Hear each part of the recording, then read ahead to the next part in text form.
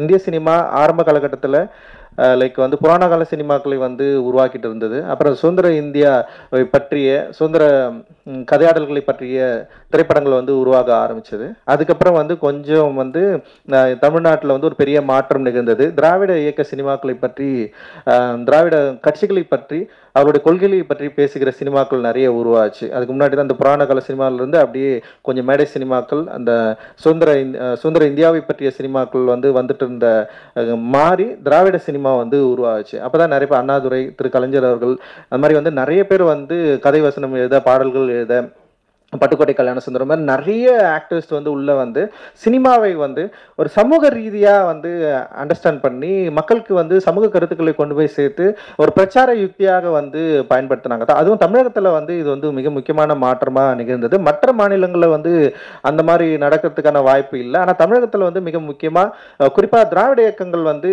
இந்த என்ன சொல்றது, சினிமாவை ஒரு இந்த ஊடகத்தை சினிமா மட்டும் இல்ல, எல்லா கலை இலக்கிய ஊடகத்தையும் அவர்கள் வந்து தங்களுடைய பிரச்சாரத்துக்காக பயன்படுத்தினார்கள். குறிப்பா சினிமாவை வந்து ரொம்ப ஸ்ட்ராங்கா பயன்படுத்தினாங்க. இது மூலமா மக்களுக்கு வந்து ஒரு பெரிய அளவுல வந்து ஒரு ரீச் கிடைச்சது. நீங்க பாத்தீங்கன்னா எஸ்.எஸ். சந்திர அவரு எஸ்.எஸ். சந்திரன் நினைக்கிறேன். அவருடைய படங்கள்ல காமெடியில நெறைய வந்து அந்த கருப்பு, சிவப்பு கொடிய பத்தி பேசுவாரு. அது மாரி ஒரு அதோட நீட்சி ரொம்ப காலம் இருந்தது. ஆனா அதன் பிறகு இப்ப எம்ஜிஆர் காலகட்டம் வருது. அப்புறம் வந்து ஒரு நாயக பிம்பம் பயங்கரமா வந்து ஓப்பன் ஆகுது.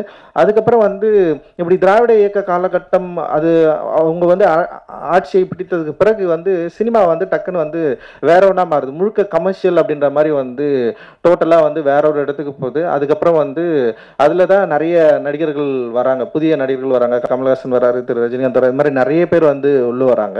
ஸோ இந்த காலகட்டத்தில இன்னொரு மாற்றம் நிகழுது. அந்த மாற்றம் என்னன்னா வந்து பாலச்சந்தர்லாம் முன்னாடியே வந்துட்டாரு. அவருடைய சினிமாக்கள்லாம் வந்து ஒரு ஜனரஞ்சகமா குறிப்பா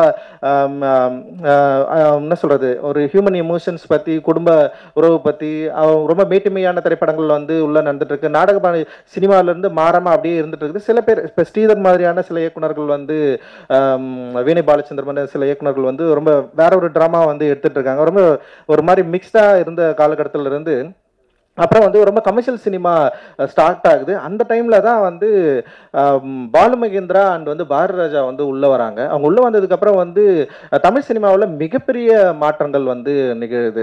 குறிப்பா ஸ்டுடியோக்கள் பேசப்பட்ட தமிழ் சினிமாக்கள் வந்து அப்படியே விலகி வந்து எளிய மனிதர்கள் பற்றி இங்க இருக்கிற வந்து வேற ஒரு பெர்ஸ்பெக்டிவ் வந்து கிரியேட் பண்ணிச்சு. அப்படியே வந்து நான் இப்போ பாலச்சந்தரோட இப்போ இவரு பாலுமகேந்திரோட படங்கள் வந்து முழுக்க முழுக்க அழகியலும் எமோஷனும் சினிமாவுடைய கிராஃப்டை பத்தி பயங்கரமா பேசுச்சு.